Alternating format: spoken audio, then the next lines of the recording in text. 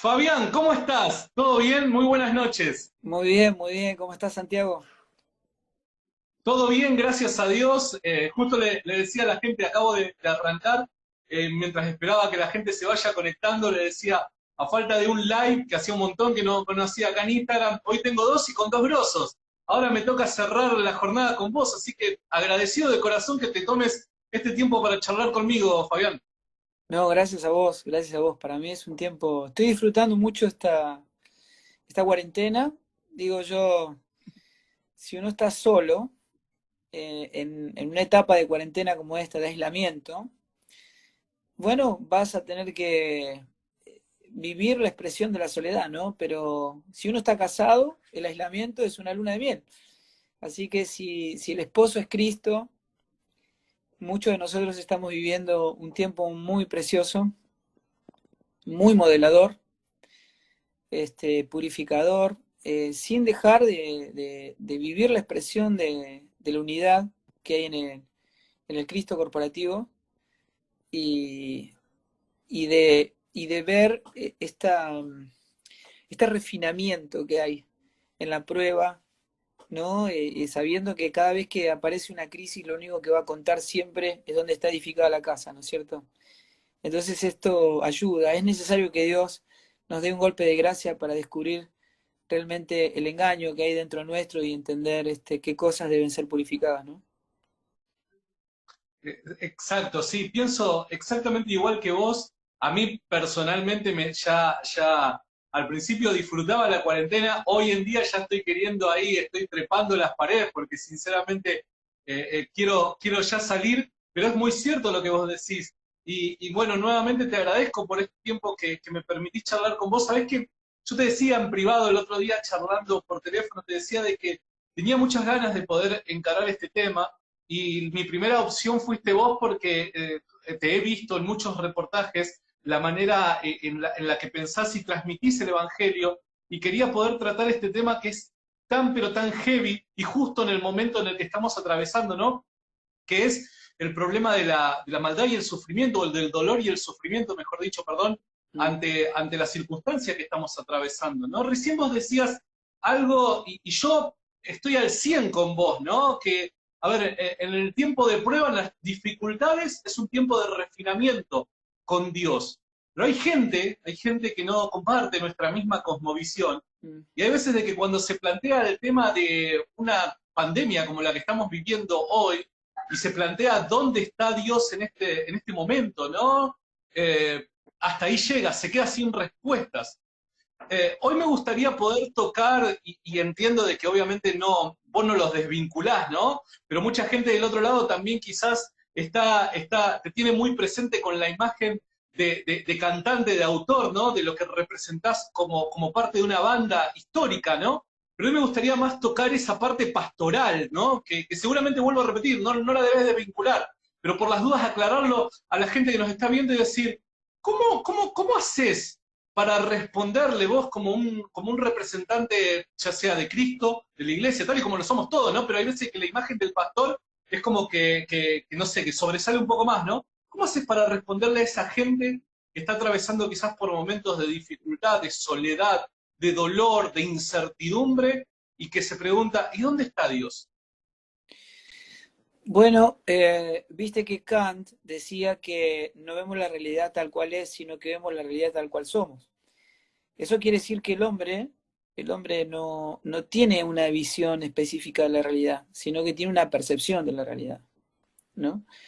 Y lo que dice la palabra de Dios, y es mi experiencia, es que el Evangelio no es una enseñanza a poner en práctica. Y esto es fundamental porque esto define específicamente de qué se trata lo que Dios dice y, y, y que un cuarto del planeta asegure que Dios ha transformado su vida, ¿no es cierto? Esto es una realidad que supera, eh, o sea, cuando algo es empírico, las palabras siempre permanecen dentro del reino de las palabras, pero la experiencia es irrefutable. ¿No es cierto? Pues yo lo único que sé que antes no veía y ahora veo, ¿no? Y esto es algo que está fuera de mí, simplemente ocurrió algo, no sé qué fue, pero hubo algo que transformó mi vida. Yo antes no podía perdonar a mis enemigos, ahora los amo y no hice ningún esfuerzo, simplemente ocurrió algo. Y ahí nos explica, claro, esto no tiene nada que ver con una enseñanza a poner en práctica. Es precisamente la dificultad que tuvo la iglesia desde su origen, cuando Jesús le dijo, miren, ustedes son los que le enseñan la palabra de Dios a todo el pueblo, son los que más saben, los que más sirven eficientemente a Dios, pero ¿saben qué? Ustedes están muertos. O sea, y le dijo a uno de ellos, si no nacés de nuevo no puedes ver el reino de Dios. Entonces, ahí nos explicó que el Evangelio, que es una persona, era una naturaleza. O sea que el Hijo de Dios es hijo porque es engendrado. O sea, cualquier chico que no es mi hijo, por más que me ame y yo lo ame y le diga hijo, no importa. Nada de lo que yo haga por él puede lograr que él sea mi hijo. Porque para ser hijo es engendrado. Esto es una naturaleza, se trata de un genoma, de un ADN, y nada, por más que se saque 10 y sea el más bueno del mundo, eso no puede lograr que él sea mi hijo. Entonces, si nosotros somos engendrados, se nos da una naturaleza, esa naturaleza tiene una mente, ¿no es cierto? O sea, ¿por qué un pájaro no tiene que ir a la escuela para aprender a volar? Bueno, básicamente porque eso está en su naturaleza. O sea, si fuera una escuela, claro, si fuera una escuela para explicarle, digamos, la física de por qué se produce el vuelo, cómo está compuesta su naturaleza, y no hace falta que lo sepa. O sea, se produce. Claro. Cuando hay una maduración, ¿no es cierto? Cuando el pájaro nace, no puede volar, pero a medida que va creciendo, va en su maduración, ya le fue concedida una naturaleza que cuando madure va a poder hacer todo aquello para lo cual fue creado.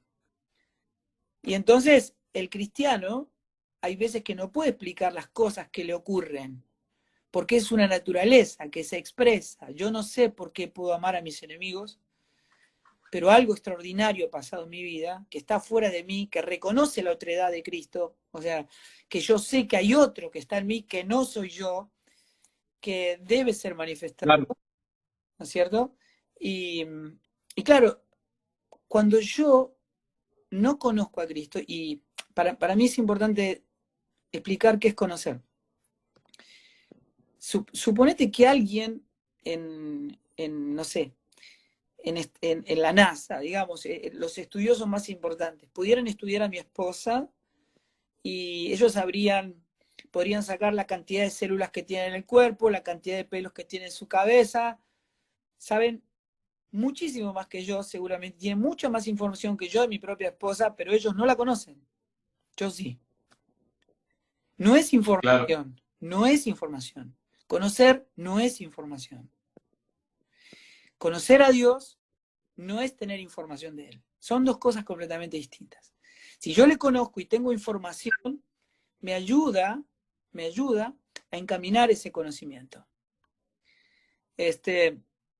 Entonces, cuando alguien pregunta, por ejemplo, en el sufrimiento, ¿dónde está Dios? Bueno, Dios está específicamente donde la gente lo puso, fuera de sus vidas. O sea, pero cuando yo le conozco y Él está en mí, yo estoy en Él, yo tengo la mente de Cristo, tengo la mente de Dios, es la mente diseñadora de todo lo que existe, es la que sabe lo que llama lo que no es como si fuese, que sabe que nada es imposible para Dios. Esa mente que resucitó a Cristo de los muertos, esa mente que opera en mí y me permite ver lo que Dios ve, glorifica a Dios cada vez que pasan este tipo de cosas, porque entiende esa realidad. Podemos explicarla, podemos decirla, pero es imposible que el hombre natural pueda comprender las cosas de Dios porque no puede. Eso es lo que dice la palabra de Dios, no puede. No la percibe. Entiendo. Entiendo y sí, creo exactamente lo mismo, ¿no? Conocer a Dios, estás conociendo a una persona, ¿no? Hay veces de que la gente no tiene en consideración esto, ¿no? Dios es una persona. ¿De qué manera conocemos a las personas? No es a través de una biografía ni tampoco de un diario íntimo, ¿no? Sino de sentarse a tomar unos mates con él, seguramente, ¿no? Y entiendo y es buenísimo, gracias, Fabián. Pero para seguir con el mismo tema, ¿no? Y digo, aprovecho de que de que vos ejercés como pastor para preguntarte algo que en redes sociales resulta ser una especie de discusión que ha surgido estos últimos días, dada la cuarentena que estamos atravesando, que no solamente Argentina la está atravesando, sino muchos países en el mundo, la gran mayoría la están atravesando, ¿no? Para hacerle frente al coronavirus. Ahora, digo, a nosotros en la Biblia se nos manda a llorar con el que llora y reír con el que ríe. Parece que de una u otra manera, entendemos de que la Biblia fue escrita, al menos el Nuevo Testamento, hace 2000 años atrás, no tenían ni idea del mundo del siglo XXI cómo iba a ser, eso lo entendemos, pero parece ser que la intención de los autores del Nuevo Testamento nos empujan a creer de que el contacto físico, que la relación personal, la cercanía de manera literal en un mismo espacio, ha de ser muy importante en el cristianismo. De tal manera es importante que en los primeros tiempos resulta ser de que muchos en el mundo romano de los paganos se convertían al cristianismo porque cuando venían grandes enfermedades los cristianos exponían sus vidas no abandonando a los enfermos ni a los ancianos y los doctores o los médicos de aquel entonces los terminaban abandonando. Entonces, en definitiva, este contacto humano era una excelente razón para la soledad o el momento de sufrimiento que estaban atravesando para, ¿cómo decirlo?, convencerse de que lo que los cristianos profesaban y creían era cierto. Ahora, hoy estamos en un momento muy particular, en el que atravesamos una tremenda situación, donde está vinculado el dolor, personas que pierden familiares, ¿por qué no? Hijos que quizás pierden padres. He visto el otro día un caso que me conmovió en la televisión de una pareja de ancianos, creo que esto fue en Italia, que 50 años de casado y resulta ser que estaban contagiados de coronavirus, el marido salió antes que la mujer termina después de unos días muriendo, ¿no? Y el marido no pudo estar con la compañera de toda la vida en ese momento, ¿no?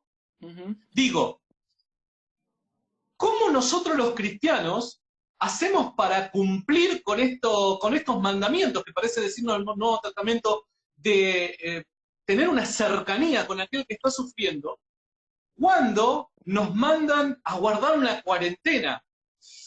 Parece ser una dicotomía un poco difícil de resolver, ¿no? Pero si lo miramos en la experiencia real, en el mundo real hoy, son situaciones que estamos atravesando. ¿Qué debería hacer el cristiano en esa situación? ¿Hay algún consejo, hay alguna forma de encarar este problema? Sí, claro, por supuesto, por supuesto. La iglesia y el templo es Cristo, no es el edificio. Jesús le dijo a la mujer samaritana, a partir de ahora, nunca más van a tener que ir a una montaña, ni a una ciudad, ni a un edificio para ir a Dios. A partir de ahora, el lugar de encuentro con el Padre soy yo. Jesús es el templo. Jesús murió, resucitó, fue al Padre, fue glorificado y volvió impartiéndose en vida en un nuevo cuerpo espiritual que es la iglesia. O sea que la iglesia es el Cristo corporativo, ¿no? Del cual nosotros somos sus miembros. El ADN de la iglesia, el genoma de la iglesia, según los profetas Ezequiel y Jeremías, es que Dios nos da un corazón que ama lo mismo que Dios ama, que desea lo mismo que Dios desea, y que su ley está puesta no solo en nuestros corazones, sino en nuestra mente. Nos da una nueva mente. ¿Qué quiere decir eso? Que el que fue engendrado por Dios, vos no lo tenés que mandar a obedecer, porque muere por obedecer. No lo tenés que mandar a pedirle perdón a su hermano, porque si no pide perdón a su hermano, no puede dormir. O sea, el evangelio no te permite estar ocioso, su espíritu no te permite estar ocioso. No vas a ver una persona nacida de nuevo que no tenga carga por el perdido, que no tenga carga por el que sufre, ¿no es cierto? Cuando esto ocurre, hay algo que está realmente mal en nuestra vida, porque el Espíritu de Dios es el que produce tanto el querer como el hacer. O sea, yo no sé por qué, pero Dios de alguna manera sacó el eje del interés sobre mi propia vida y lo puso sobre lo que Él ama, ¿no es cierto? Y hace tres cosas Dios. O sea, suponete que hay un cadáver y yo le digo, tráeme un vaso de agua, es imposible. Los muertos no comen, no ven, no oyen, no caminan, eso es imposible. Tres cosas hace Dios. Primero, me da vida, me resucita, me da su propia vida. Segundo, me da la capacidad para ir a buscar el vaso. Y tercero, produce un disfrute, un anhelo, un deseo por hacerlo. Todo lo hace Dios, no nosotros. Dios lo hace en nosotros. Él produce el querer y Él produce el hacer, ¿verdad? Si yo no tengo carga por el que llora, por el que padece necesidad, por aquel que está sufriendo, algo peligroso está pasando en mi vida. Por eso ese pasaje, el versículo anterior dice esto, dice, ocúpense de su salvación con temor y temblor. Coma, ¿por qué? Porque es Dios quien produce en vosotros tanto el querer como el hacer por su buena voluntad. O sea, no hay nada que yo pueda hacer de mi propia voluntad que Dios no llame pecado.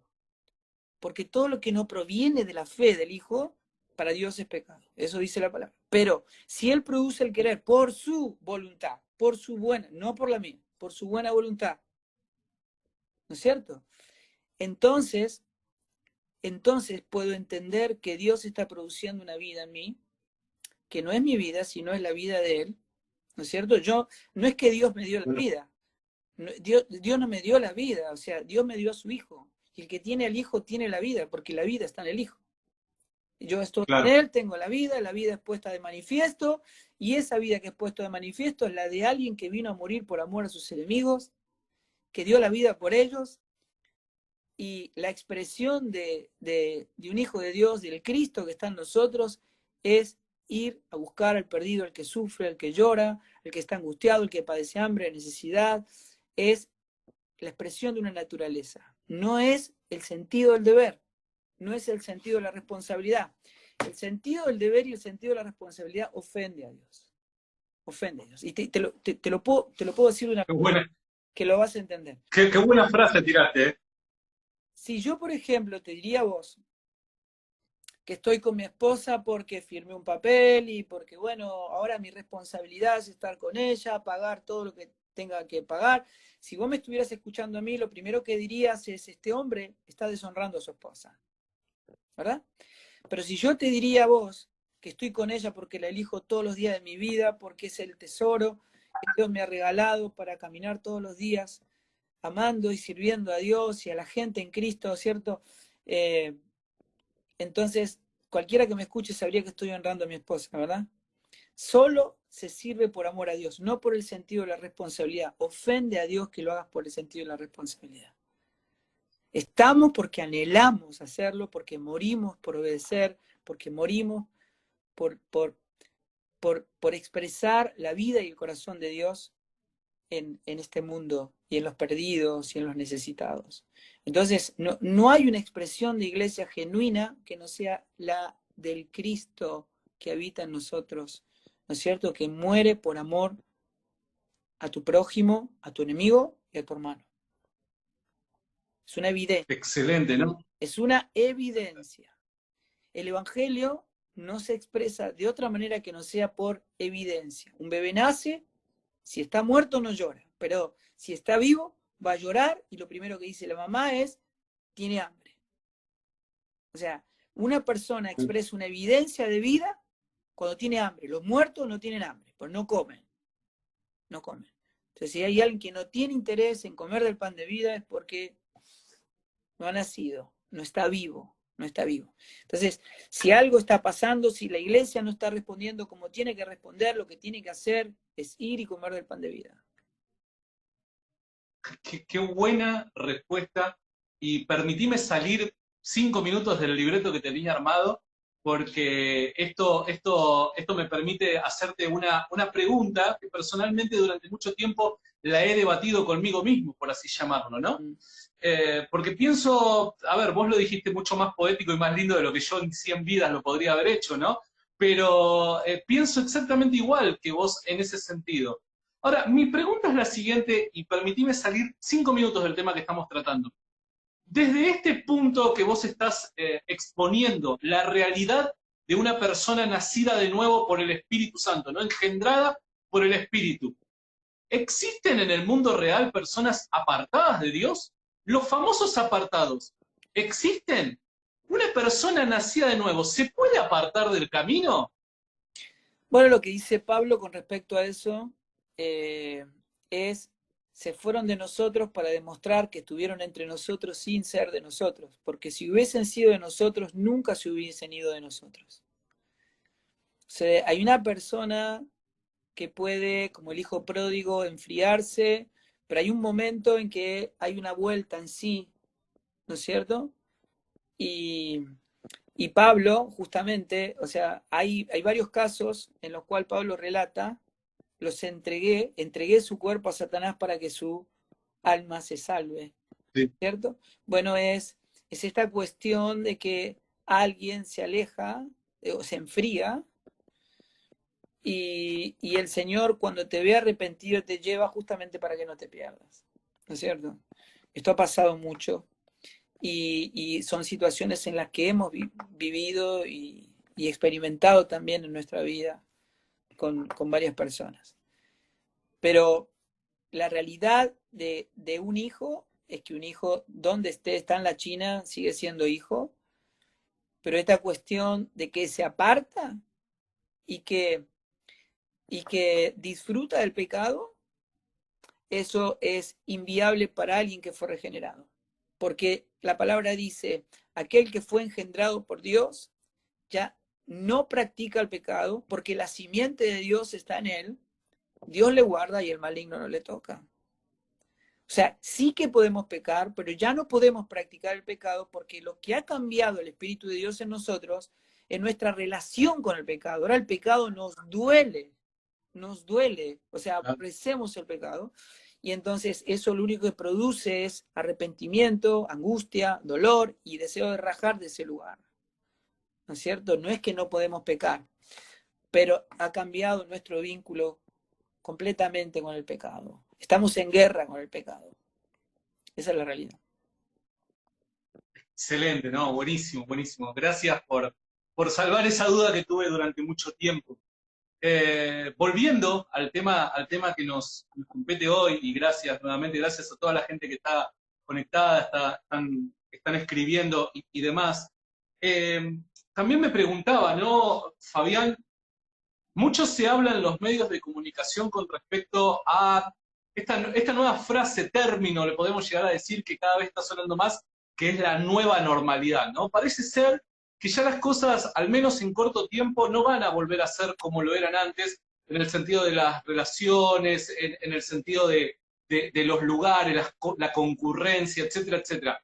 A ver, nosotros podemos llegar a quizás imaginarnos algo, pero al parecer las cosas a corto plazo no van a ser de la misma manera. Mi pregunta es la siguiente. El cristianismo durante toda la historia se ha caracterizado por saber cómo adaptarse a cada cultura a la que quería impregnar con el mensaje del Evangelio, ¿no?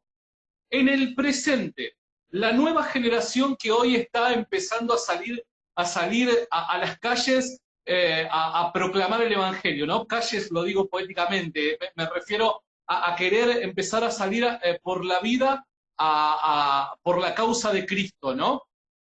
¿Considerás que esta nueva generación está preparada de alguna manera para adaptarse al mundo que hoy nos está golpeando la puerta, que parece ser esa nueva normalidad, y de manera eficiente poder llevar el Evangelio? ¿Cuál es tu observación con respecto a la realidad de la iglesia actual con el mundo que parece ya pronto venir?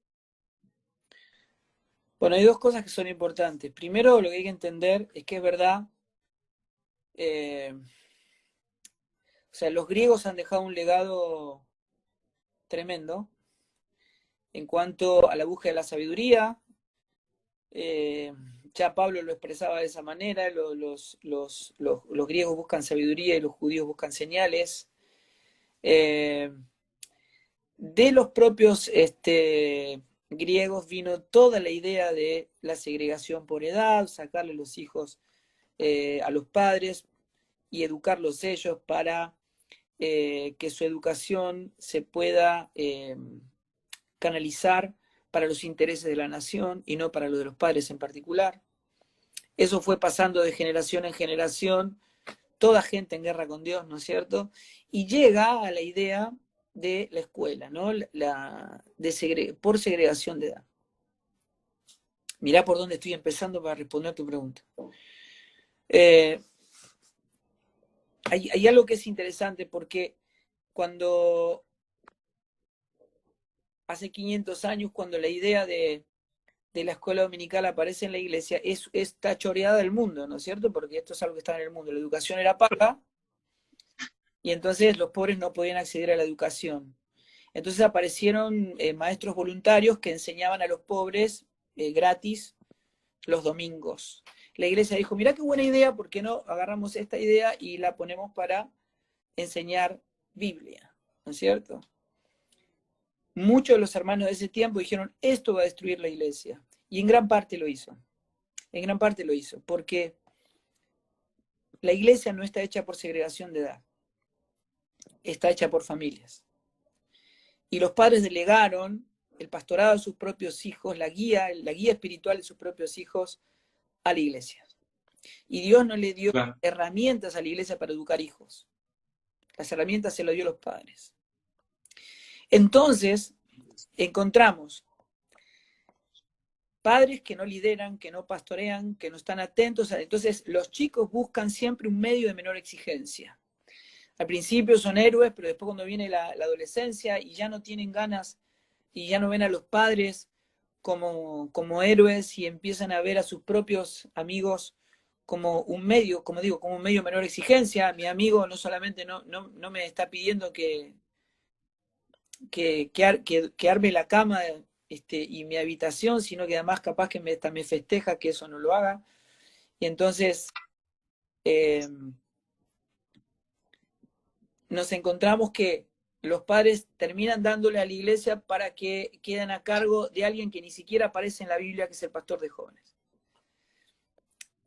Estoy hablando de esto porque digo, el modelo de Dios es completamente distinto al que nosotros pensamos. Entonces, yendo a tu pregunta, el corazón del hombre ha sido siempre igual. La Biblia no fue el verdadero autor de la Biblia es el Espíritu Santo de Dios, y le está hablando a un hombre que de generación en generación va a seguir siendo el mismo porque su corazón es el mismo. Decía, Teresa Calcuta decía que la única vocación del Hijo de Dios es pertenecerle a Cristo y Él es el que provee los medios para expresar esa pertenencia. O sea, yo lo único que necesito es a Cristo. Y Él es el que me introduce en los ámbitos. Y Él es el que me da las herramientas para expresar mi pertenencia en donde esté. O sea que el Hijo de Dios, aquel que estudia medicina y va a ejercer medicina, Dios que lo introduce en esos ámbitos es el que va a proveer los medios para expresar su pertenencia donde esté. O sea, los hijos de Dios somos personas especiales desde la perspectiva de Dios, que transformamos el lugar donde trabajamos, donde estudiamos, donde vivimos, donde comemos, donde jugamos. Ahora, nosotros no hacemos discípulos para que los discípulos dependan de nosotros. No existe la posibilidad de que un hombre sea la cobertura de otro hombre. Eso no existe. Porque Cristo es el todo, es la plenitud de aquel que todo lo llena en todo. En Cristo nos fueron dadas todas las cosas. O sea, lo único que necesitamos, o sea, los padres no deberíamos ocuparnos en perder nuestro tiempo, en tratar de asegurar el futuro económico de nuestros hijos. Porque no tenemos hijos, los hijos de Dios, no tenemos hijos para que dependan de los padres, sino para que encuentren todo en Cristo. Entonces, el legado, que es un blindaje eterno, es Cristo para la gente, porque todo nos ha sido dado en Él, y no hay nada fuera de Él. Entonces, yo no me tengo que preocupar por los ámbitos en los que Dios me va a introducir, porque Él me va a dar las herramientas para expresar mi pertenencia donde Dios me coloque, donde Dios me lleve, ¿no es cierto? Y yo tengo que amar a Cristo y entender la manera en que Él me usa como un instrumento en sus manos, me capacita para eso, y yo, por eso, mira, en esto que es algo importante, yo soy alguien que piensa que un chico, sobre todo en esta generación, donde los chicos no tienen ideales, esta es una generación que ha perdido sus ideales porque vive en el mundo del entretenimiento, no tiene ni tiempo para aburrirse, ni para preguntarse por qué existe, ni de dónde viene y hacia dónde va. Donde el mayor porcentaje de deserción universitaria de toda la historia, en todo el mundo,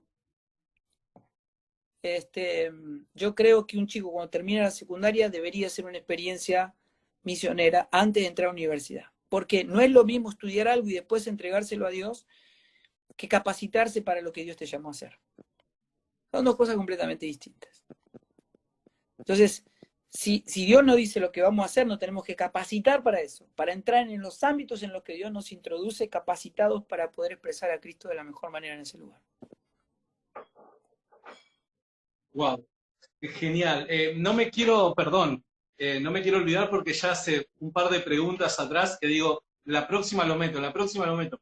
Le mando un abrazo enorme a Esteban, tu sobrino Esteban Liendo. Me dice, ¿no me vas a dejar colgado? No, le mando un abrazo, no sé si ahora debe estar conectado, me parece que no, pero quiero que quede grabado ahí el abrazo a un amigo de Esteban.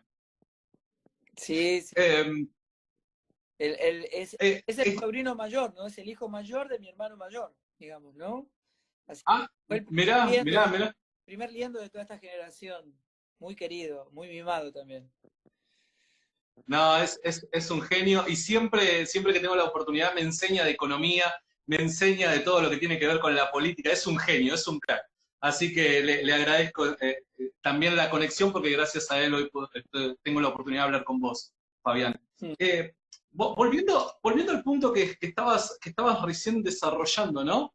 Y digo, también muy vinculado a la tarea que nosotros hacemos en redes sociales que tiene que ver específicamente con lo que es la apologética. A medida que va pasando el tiempo, por lo menos, y quizás yo me quedo corto en cuanto a la visión, pero corregime si estoy equivocado, a medida que va pasando el tiempo, hay un avance de ¿cómo podríamos decirlo? De una ideología más escéptica, ¿no? De una cosmovisión más escéptica. En Europa parece ser el escepticismo que arrasó con una parte del cristianismo y otra gran parte, bueno, fue tomada por el Islam, ¿no es cierto? Pero el escepticismo en Europa ha sido arrollador para el cristianismo. Hoy estamos viendo de que en Estados Unidos está empezando a sufrirse también el movimiento escéptico, ¿no? En Estados Unidos obviamente hay otro tipo de bases cristianas y demás, pero de poco a poco va tomando las universidades, va tomando los medios, va tomando ciertos lugares de importancia en la sociedad y parece ser que el escepticismo, el cientificismo avanza y quiere de una u otra manera arrollar con todo lo que tiene que ver con la fe, el cristianismo y demás, ¿no? Parece ser que todavía esa agenda de una u otra manera a nosotros, acá en Latinoamérica y más en Sudamérica, está un poco lejos, ¿no? Nosotros hoy tenemos otro tipo de problemas que no son inmediatos, pero también no me resulta descabellado pensar que todo ese tipo de avance, de alguna u otra manera, en algún momento quizás es probable que llegue a esta zona del mundo. Mi pregunta es la siguiente para vos, Fabián. ¿Crees que desde las iglesias, o no sé también si opinarás que esta es una tarea de la familia, pero sea cual fuere de quién fuere la tarea, ¿no? ¿Crees que se está haciendo una buena labor con respecto a la formación de nuestros jóvenes en nuestra fe cristiana? Ya sea en nuestros principios, ya sea en nuestras creencias, lo que llamamos doctrina, y también ya sea en la forma de poder proporcionar una respuesta a un mundo que parece cada día más tomar una forma anticristiana. No sé si fui claro con la pregunta o hacia dónde quiero llegar. Entiendo. Bueno, es una respuesta que es muy difícil darla de manera estadística, porque la iglesia que vemos es sumamente heterogénea. O sea, Sí, en algunas partes se responde a un modelo crístico y en otras realmente da tristeza la realidad que vemos. Pero hay algo que hay que entender. La iglesia que nosotros vemos no es la iglesia que Dios ve. Eso es fundamental. Esa es una palabra que Dios me dio a mí en el 2012 y Él me despierta a las 4 de la madrugada y me dice, bueno, yo estaba orando porque necesitaba que Dios me hable y Él me dijo, hijo, estoy construyendo mi iglesia, pero no es la iglesia que vos ves. Y eso, me mostró una realidad que todos sabemos, pero llegó en un momento donde para mí era esencial poder separar lo precioso de lo vil y entender que el Evangelio es real, que Dios es real, y que realmente va a suceder lo que Dios dice que va a suceder. Y él me dijo, yo estoy construyendo con gente que no necesita prosperidad, aplauso, reconocimiento, para vivir la vida que yo diseñé para ellos. O sea, hay un evangelio que ha sacado a Cristo del eje, ¿no es cierto? Que propone los regalos de Dios, la sanidad, la prosperidad, ¿no es cierto? Y cuando eso ocurre, se clausura la puerta de entrada al reino, porque nadie viene al Padre sino por mí, dice Jesús. Si Jesús no es el eje, no es el centro, entonces todo lo que se dice, por más que parezca bíblico, cierra la puerta de entrada al reino. La gente, si no entra por Cristo, si no pierde su vida, si no se niega a sí mismo, no toma la cruz cada día, no puede ir en pos de Jesús. ¿No es cierto? Entonces el Evangelio es un llamado sacrificial, radical, solamente le pueden seguir personas que toman decisiones radicales y que saben cuál es el costo y el precio de seguir a Cristo, ¿no es cierto? Por eso Jesús dijo, analicen el costo, evalúen el costo, Aquel que no está dispuesto a dejarlo todo para ir en pos de mí, en el que no me ame más a mí más que padre, madre, hijo, esposo, esposa, propiedades, según su propia vida, no puede venir en pos de mí, no puede ser mi discípulo, ¿no es cierto? Entonces, cuando parece que se predica de un Dios que se añade a tu vida para mejorar tu vida, están hablando de otro líder, pero ese no es Jesús. De ninguna manera. O sea, si yo siempre doy este ejemplo y digo, si yo soy una planta toda seca, torcida, todo por las decisiones que yo tomé en mi vida, lo que de ninguna manera puedo pensar es que si yo voy a Dios, Dios me va a regar y me va a abonar para que vuelva a reflorecer y que salga una planta más fuerte y más frondosa. Ese no es el Evangelio. El Evangelio es un Dios que agarra un hacha y corta esa planta de raíz. Porque de la antigua naturaleza nuestra no tiene que quedar absolutamente nada y pone una nueva semilla que tiene que caer en buena tierra. Esa semilla da fruto a 60 y a 100%, como dice la palabra, y se produce una planta que tiene otra naturaleza, otro ADN, que da fruto y no son míos, es de Cristo. ¿No es cierto? Él hace todas las cosas nuevas, el que va a Cristo es nueva criatura y hace todas las cosas nuevas. Entonces, no existe en Cristo, no estoy hablando del antiguo pacto, en Cristo no existe la palabra restauración. La iglesia se dedica a restaurar matrimonios, a restaurar esto, pero no existe la palabra restauración. Cristo vino a ser nueva todas las cosas. La labor pastoral es conducir a las personas a Cristo para que encuentren todo en Él. ¿Está bien? claro. Entonces, todo lo demás es más bien, está vinculado a la psicología, al humanismo, ¿no es cierto? Que colabora y para el bienestar inmediato de las personas puede colaborar, para explicar el origen de sus problemas puede, pero la verdad que el milagro de hacer todas las cosas nuevas lo hace Cristo. Por eso la labor pastoral no es resolverle los problemas a la gente. La labor pastoral es conducir a las personas a Cristo para que encuentren todo en Él. ¿No es cierto? No sé si te respondí la pregunta o me extravié, pero por ahí iba. No. Está perfecto y de hecho, no sé si querés cerrar con algo más, si no paso a la siguiente. No, decime vos. De hecho, hiciste un comentario que de vuelta me obliga, porque nobleza obliga, a correrme del guión 5 minutos más y hacerte otra pregunta, ¿no? Todo con respecto a esto mismo que vos estás hablando y haciendo durante toda esta conversación tanto hincapié, que tiene que ver con el nuevo nacimiento, la nueva criatura, ¿no? Es como que en las iglesias muchas veces nos educan a ser buenos cristianos cuando eso tendría que ser la obra del Espíritu Santo en alguien que ha nacido de nuevo, ¿no? Exactamente. Pero acá me surge una pregunta muy de estos últimos años, ¿no? Desde tu perspectiva, ¿no? Tu opinión personal. ¿Existe la psicología cristiana? ¿Hay forma de concebir bíblicamente la psicología cristiana cuando, en teoría, la psicología hace que nosotros pongamos por obra ciertas cosas que nos producen ciertos cambios, ¿no? Ahora, ¿un cristiano necesita la psicología, alguien realmente nacido de nuevo? ¿Cómo abordás ese tema vos? Uf, habría que, bueno, la psicología tal cual como la conocemos nosotros es humanismo puro, o sea, busca la felicidad del ser humano, ¿no es cierto? Y el principio básico de la búsqueda de la felicidad es salta los obstáculos. O sea, si tu esposa es un obstáculo para que seas feliz, déjala, buscarte otro y sé feliz. O sea, y el Evangelio camina exactamente en la dirección opuesta, ¿no es cierto? El Evangelio busca que en la negación de uno mismo encuentre la plenitud, pero no en mí, en otra persona, Claro. ¿no es cierto?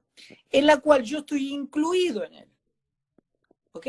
O sea, cuando yo voy a Cristo,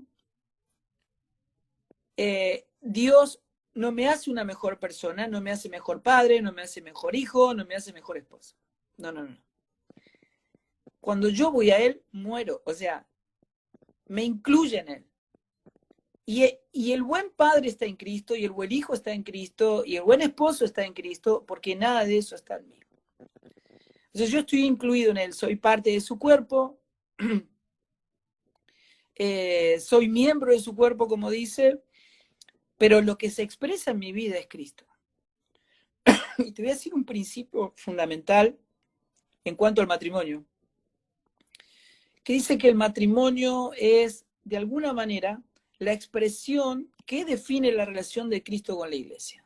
El misterio de la relación de Cristo con la iglesia. Que cuando Cristo se une a la iglesia, que somos nosotros, se hace uno.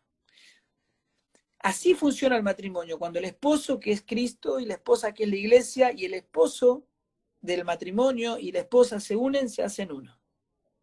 O sea que la gloria del uno en el matrimonio no son dos personas que se proponen caminar juntos o que se ponen de acuerdo para caminar juntos. Eso no es un matrimonio en Cristo.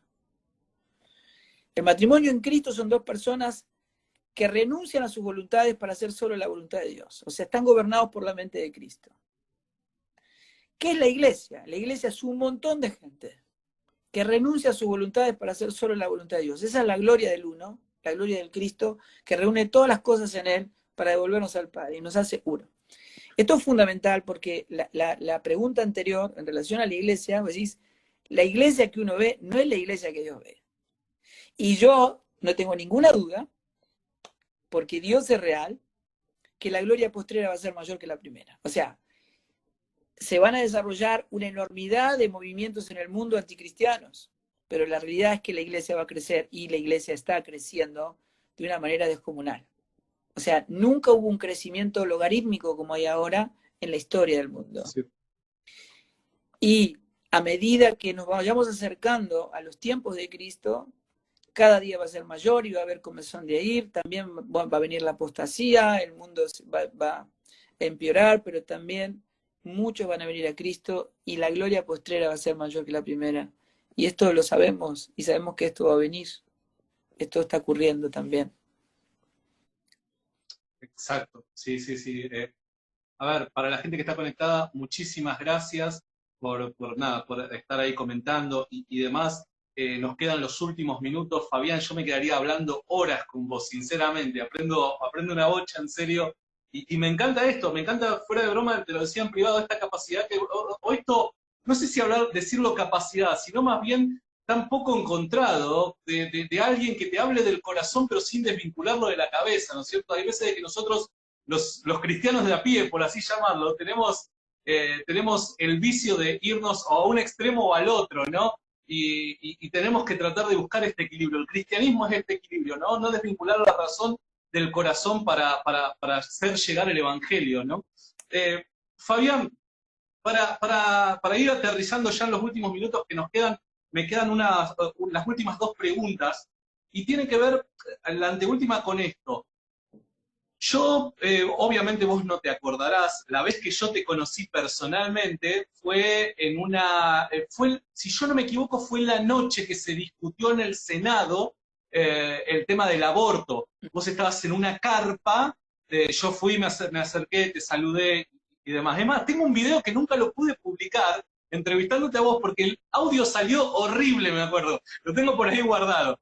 Pero bueno, ¿a qué quiero llegar? A que al menos esa oportunidad me fue suficiente a mí para sacar una conclusión con respecto a vos, de que pese a que yo no te conozco personalmente, no conozco qué es lo que haces, qué es lo que pensás y demás, sos una persona que trata de que sus convicciones se lleven de alguna manera a la práctica, ¿no? Te vi ahí manifestándote de alguna manera o dando a conocer cuál era tu opinión de manera pública, ¿no? Por defender la vida del no nacido. Ahora, resulta ser que en la actualidad se está tratando de impulsar nuevamente el debate, pero con un escenario completamente distinto. Todos estamos confinados, estamos acá guardando una cuarentena en donde las sesiones se hacen virtualmente, etcétera, etcétera. Es un escenario, parece muy, pero muy diferente, y hasta también podríamos llegar a decir de alguna manera desfavorable para nosotros, porque, vuelvo a repetir, quizás mi visión es muy corta, pero creo que de una u otra manera lo que inclinó la balanza hacia nuestro lado fue la marcha multitudinaria que se ha hecho días antes de la votación en el Senado, ¿no? Creo yo de que al ver tanta gente, de alguna u otra manera, alguno se habrá inclinado a darle el no a la legalización del aborto. Hoy nosotros no nos podemos manifestar públicamente. Hoy nosotros no podemos salir a las calles a decir, mira, esta es mi opinión al respecto. Muchos proponen el tema de, bueno, utilicemos las redes sociales, el internet y demás, pero sabemos de que el impacto no es el mismo. ¿Qué deberíamos hacer nosotros, dado tu opinión? Obviamente entendemos de que es una opinión, ¿no es cierto? Pero, ¿qué es lo que nos aconsejás? ¿Qué es lo que al menos vos ves que es una opción viable a la hora de enfrentar esta nueva lucha en el Senado? Bueno, como bien vos lo planteaste, es una lucha desigual, ¿no es cierto? De todas maneras, hay algo que para mí es fundamental poder explicar. Los que pensamos que está mal, realmente mal, y creo yo que no puede haber un pueblo en el mundo que viva una mayor miseria que la de una madre que quiera asesinar a su propio hijo en su propio vientre. La legalización de un genocidio de bebés es la mayor maldición que cualquier pueblo puede vivir a lo largo de toda su historia. Esto es una locura, asesinar gente inocente y completamente indefensa de manera legal. Esto es algo impensado, que la sociedad llegue a este punto, habla de un estado de degradación de la moral en su expresión más extrema. Es una verdadera locura, jamás me imaginé que algo como esto podía llegar a ocurrir. Pero así todo, lo que cabe aclarar es que no somos nosotros los que no estamos de acuerdo. Y esto es muy importante decirlo. El que dice que no es Dios, no nosotros. Esto no es una opinión. Nosotros le estamos diciendo al mundo, ustedes no tienen ni idea lo que significa sacar a Dios de nuestras vidas, lo que significa sacar a Dios de nuestra nación. Ustedes no son conscientes, ¿no?, de que no se puede caminar en la dirección completa, maldecir a Dios en nuestras decisiones y creer que no vamos a pagar las consecuencias por esto. Esto es una verdadera locura. Somos la voz de Dios en defensa de todos esos bebés que van a asesinar argumentando libre elección, o como lo quieran llamar. Es una verdadera locura. Sabemos que se está haciendo desde una perspectiva donde no se puede ver a Dios de ninguna manera. había muchos carteles, me acuerdo en ese tiempo, que decían ni Dios, ni patria, ni, bueno, era realmente fuerte, realmente llamativo. Pero la iglesia tiene que seguir expresando la voz de Dios. Somos el cuerpo de Cristo.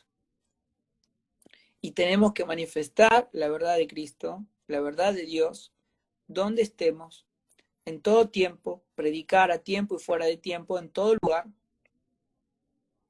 Así que, de la misma manera en que se logró tomar ventaja en esta situación sobre una decisión que mínimamente debería ir un plebiscito, digamos, porque el pueblo tendría que decidir, porque yo creo que los políticos no son los dueños del destino de una nación, sino que son los intérpretes de la voluntad de un pueblo. Somos nosotros quien tendría que decidir. Si están tomando ventaja con respecto a esto, bueno, nosotros no tenemos otra que recurrir al Dios que es el que pone a los gobiernos, ¿cierto? Y que está por encima de ellos. Esta es nuestra única herramienta, son las armas de nuestra milicia, es nuestra oración y la manera de estratégicamente manifestarnos en los medios que Dios provee. Entiendo. Y si el aborto se va a aprobar o no se va a aprobar, no es algo que vaya a cambiar a la iglesia. De todo corazón. Todas estas cosas es necesario que acontezcan. Nosotros, cuando oramos, no oramos para que las cosas no ocurran. Oramos para que se haga la voluntad de Dios. Yo me acuerdo una vez a Watchman Nee, que pasó la mayor cantidad de sus años de ministerio preso por predicar el evangelio.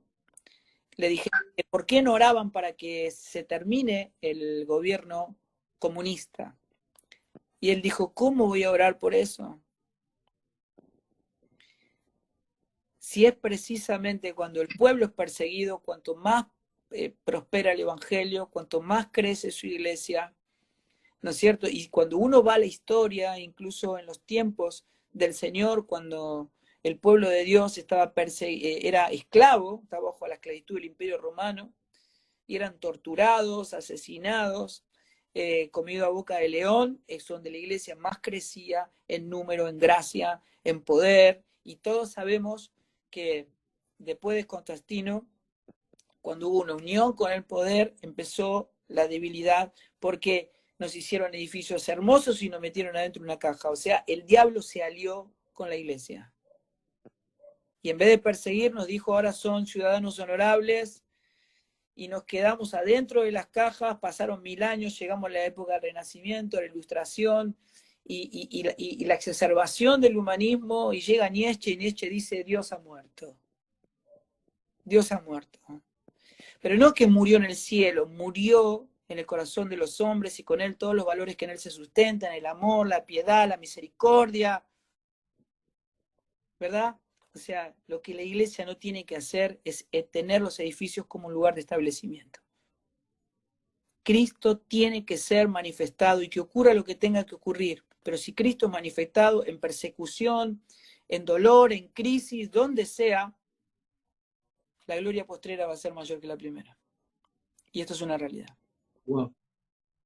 Excelente, totalmente, totalmente. Fabián, gracias por esta hora que nos has dado. Nos quedan un poquito más de 5 minutos. Me gustaría cerrar con una última pregunta. Hay mucha gente que nos sigue, no solamente en Instagram, sino también en Facebook, en YouTube, luego donde se va a reproducir esta conversación, que no es cristiana. Puede ser quizás gente agnóstica, atea, budista, de diferentes cosmovisiones, ¿no? Si tuvieses estos 5 minutos para explicarle de forma breve y superficial, porque sabemos de que te llevaría quizás muchísimo más tiempo, ¿qué es el Evangelio? ¿Qué le dirías a esa gente? El Evangelio es una persona que un día se encarnó y habitó entre nosotros y vimos su gloria. Y esa persona vino a devolvernos al Padre. El hombre por el pecado fue destituido de Dios, de su gloria. Y Él vino ahora a devolvernos a la gloria de la cual habíamos sido destituidos. Cuando Jesús habló con la iglesia de ese tiempo, le dijo, ustedes hablan de mí como si me conocieran y no tienen ni idea quién soy yo. Cuando habló Pablo con los griegos, le dijo, yo le vengo a hablar al Dios no conocido. Lo que él estaba diciendo, ustedes hablan de lo que no conocen. Yo lo que le quiero decir a la gente es que todas las ideas que tenemos nosotros de Dios y cuál es la evidencia más cabal de la existencia de Dios es que Dios no es absolutamente nada de lo que nosotros o que el hombre se puede imaginar. Por eso, no es lo que vos pensás, no es lo que yo pienso, Dios no es como nosotros pensamos, Dios es como Él es, y para saber cómo Él es hay que conocerlo. ¿Es posible conocer a Dios? Sí, porque este es un Dios que se acercó a nosotros, nos amó primero y nos dio la posibilidad de conocerle y descubrir que Él es la vida y que Él es el todo en todos y que es el pan de vida y el agua de vida, que el que bebe de Él nunca más vuelve a tener sed por toda la eternidad. Esa satisfacción que expresa una plenitud que está en nosotros, que es lo que el hombre ha perdido toda su vida en poder hallar y no lo pueda encontrar, eso está en Cristo. Y todos los que estamos en Él somos testigos cabales de que Cristo y Dios es quien dice ser. Así que yo lo que les propongo es que den una oportunidad a sus propias vidas de conocer a Dios, porque Él es real, completamente real. Genial, Fabián. De corazón agradecido. Perdón si fui demasiado molesto intentando realizar esta conversación, pero de corazón tenía ganas de poder, poder charlar estos minutos con vos. Gracias de todo corazón. Gracias a vos. Fue un verdadero gusto y no estuviste pesado para nada. Lo disfruté muchísimo. Muchas gracias a vos. No, por favor. Te mando un abrazo enorme y un día, ojalá cuando pase esta cuarentena, tenga la oportunidad de tomar un café con vos. Igualmente, sí, claro, por supuesto. Por supuesto. Y un abrazo a todos los Dios te bendiga. que participaron, los oyentes, los que escribieron y los que van a ver el video. Dios te bendiga, Fabián. Nos vemos. Un abrazo enorme. Abrazo.